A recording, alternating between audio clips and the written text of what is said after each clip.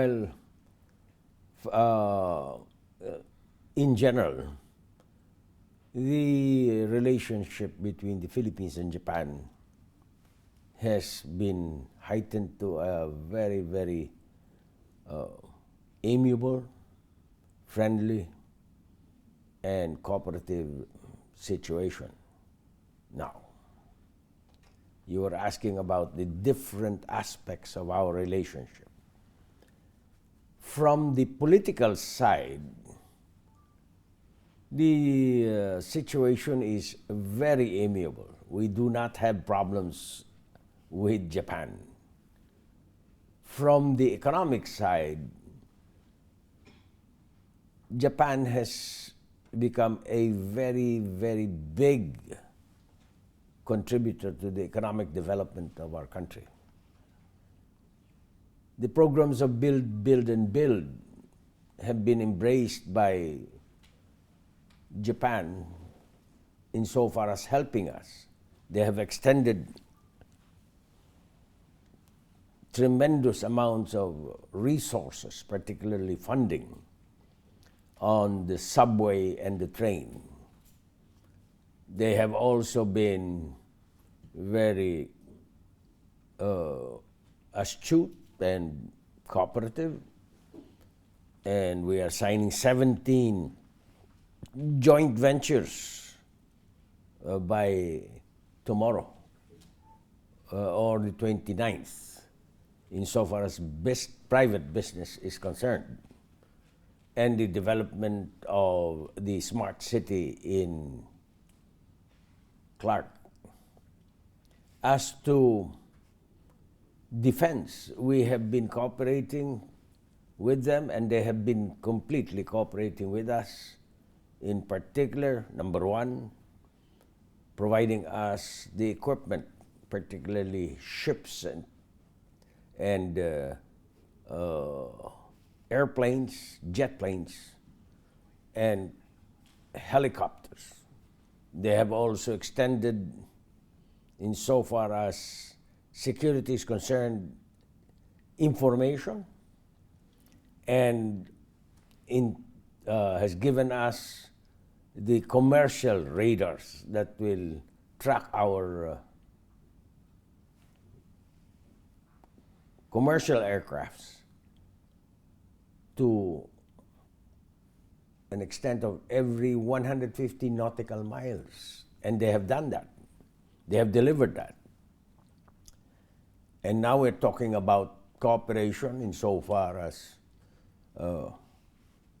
having radars that can identify not only commercial, but also military crafts. You see, at this present time, the Philippines does not have the capability of identifying aircrafts that are insofar as military is concerned. So, and then they have also given an extended agreements on training and cooperation of our officers and men in the security aspect. So the relationship of Japan is totally, from its breadth, from left to right, the most important partner country in the world, second to none. And that is the answer that you would wish to hear, and this is where we are right now. You see, Nikkei is an organization that monitors the economic development of Japan. It has done so in the last 125 years, close to that, ever since they have been aware of the international world. And it is, in fact, the name of the stock exchange. Now, every year, they invite heads of states to a forum where the heads of states could announce, evaluate, and really assess the development of their country. This year, there are 5. And the 5 are Laos and Cambodia, Malaysia, the Philippines, and Bangladesh. Now, significant to the invitation is that President Duterte is the last and major speaker. So he is considered the most important among the 5. And what does it do? It assesses the development of a country, whether it's going down, whether it's going up, whether there are sensitivities in the relationship, particularly with Japan, and its importance to this part of the world. And that is why the President is being asked for reasons that, number one, the country has been growing continuously on the average of about 6.5, 6.3. And it's increasing year by year. Last year it was 6.8, and hopefully this year it will be about 7.1. When you consider the fact that Japan has grown only by 0.1%, 1%, and the United States is jumping up and down and says the country is developing at 2.8%, and the Philippines is more than double that. What do you think?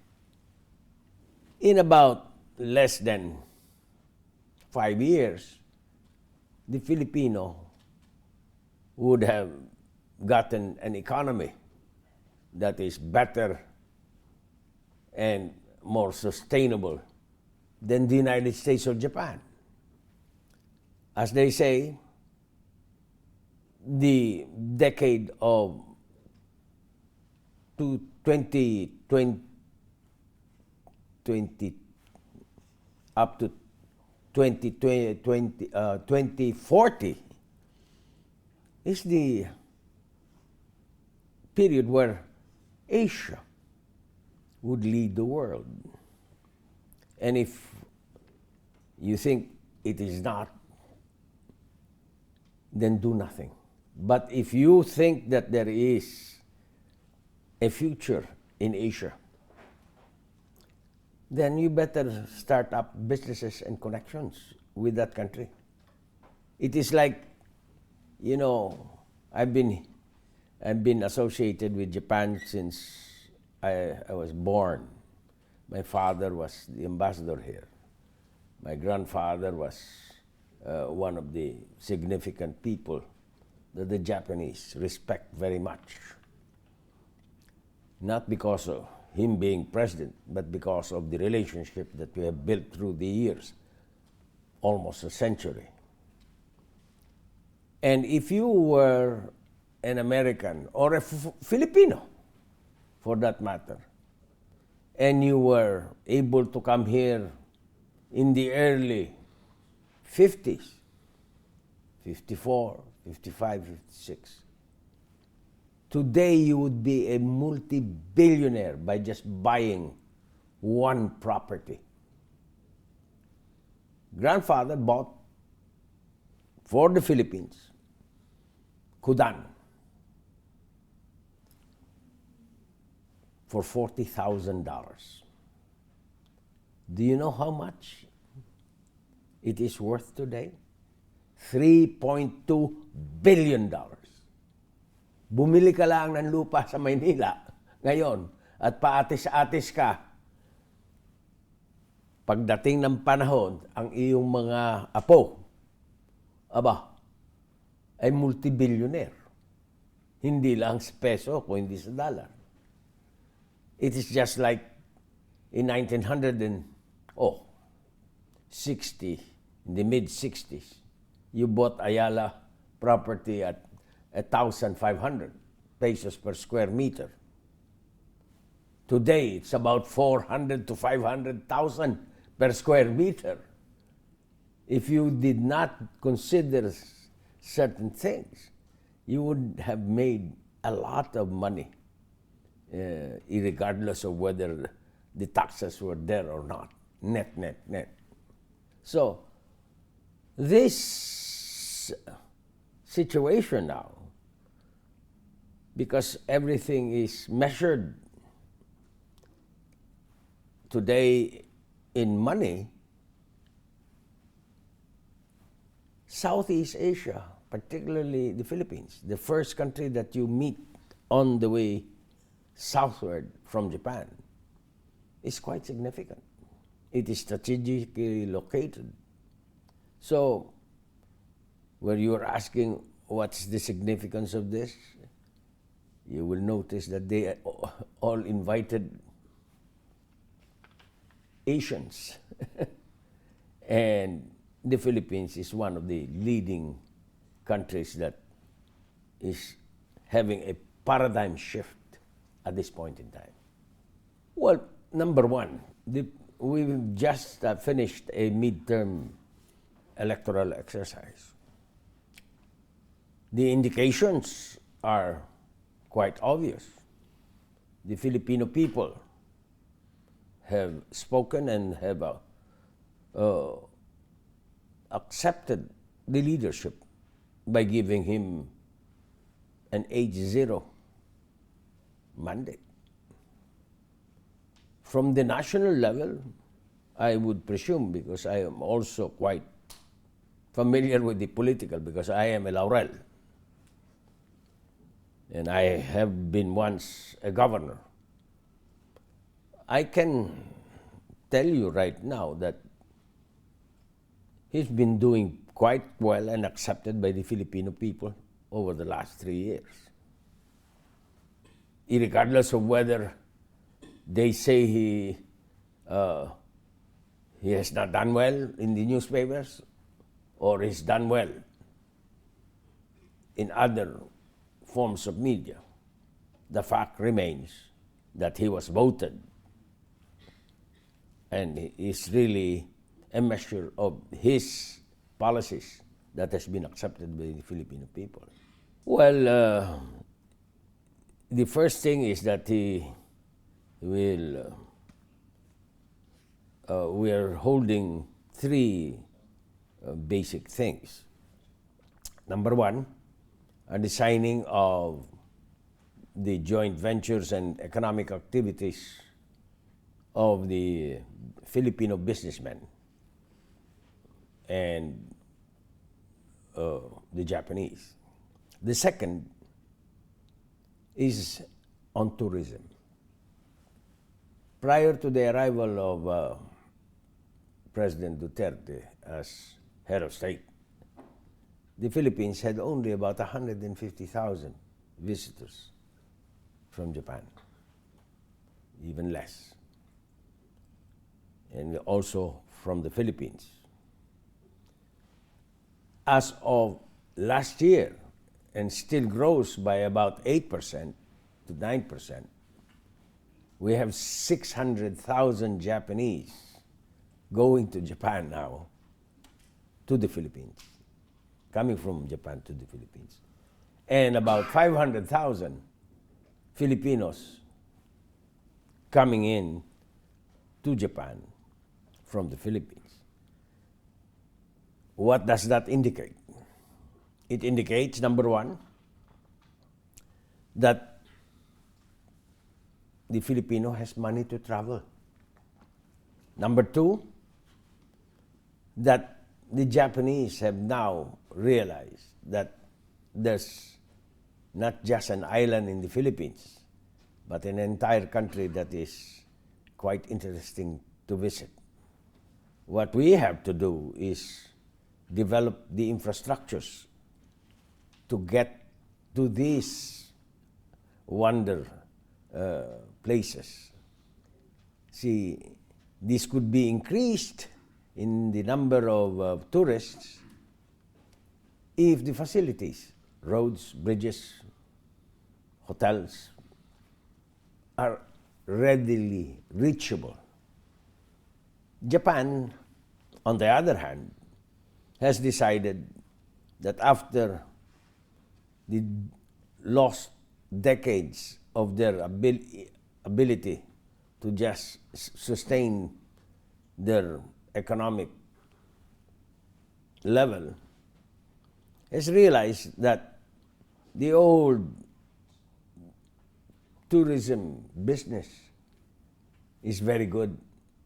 You're not subjected to too much pressures on foreign currency directly in Japan because you're spending Japanese yen here, but you try to bring it in from the other countries, and that you are not really subjected to trade wars.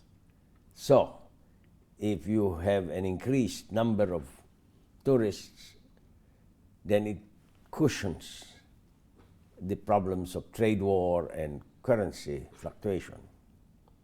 And that is why they have relaxed the aspects of tourism by giving longer visa existence.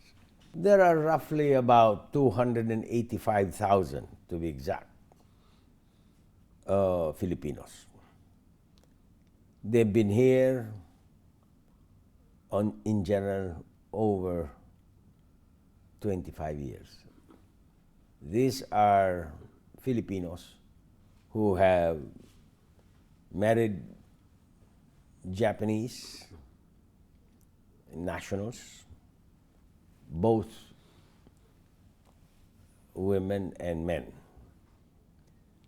They are in the professions of, it used to be in entertainment, but they are now in the different fields of engineering, software, a few banking people, and in general, students. And this is quite significant because last November they changed their immigration laws, allowing what they call new special visas for caregivers, highly technical people like ITs, and the new rules have just been issued, or what they call the R&R, the rules and regulations, last April. The implementation now is being tested because the system has to be, perfected.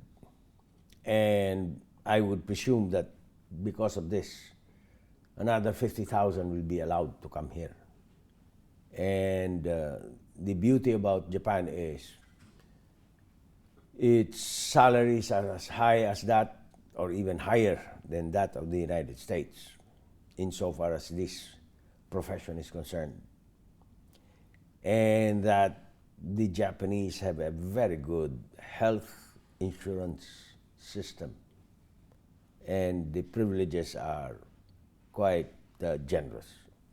So I would presume that there would be more Filipinos coming in to the workforce in Japan.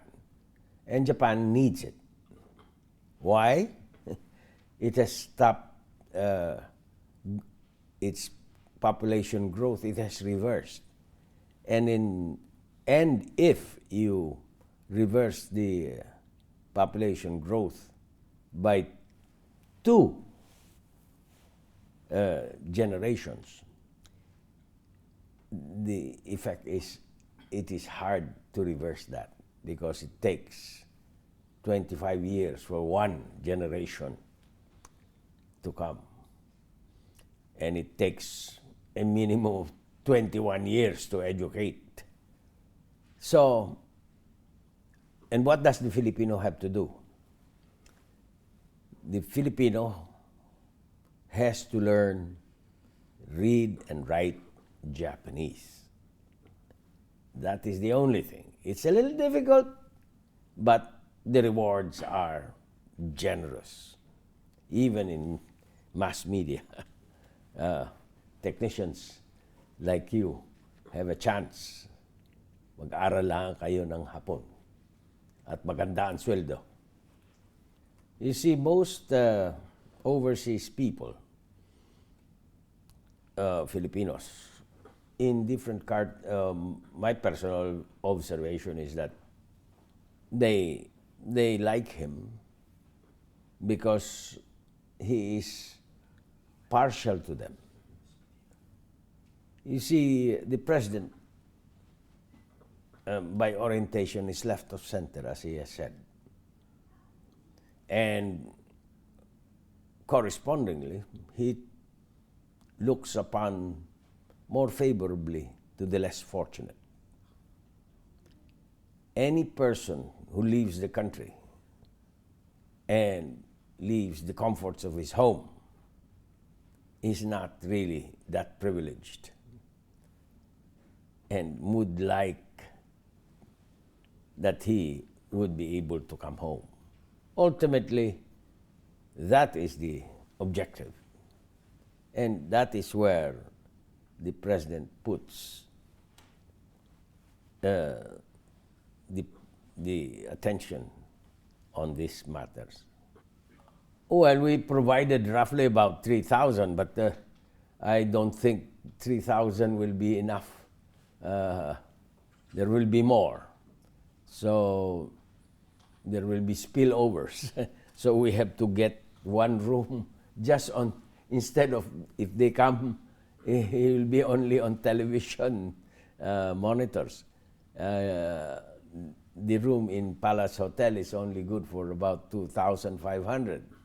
So magsisikip at we are trying to give tickets on a raffle basis.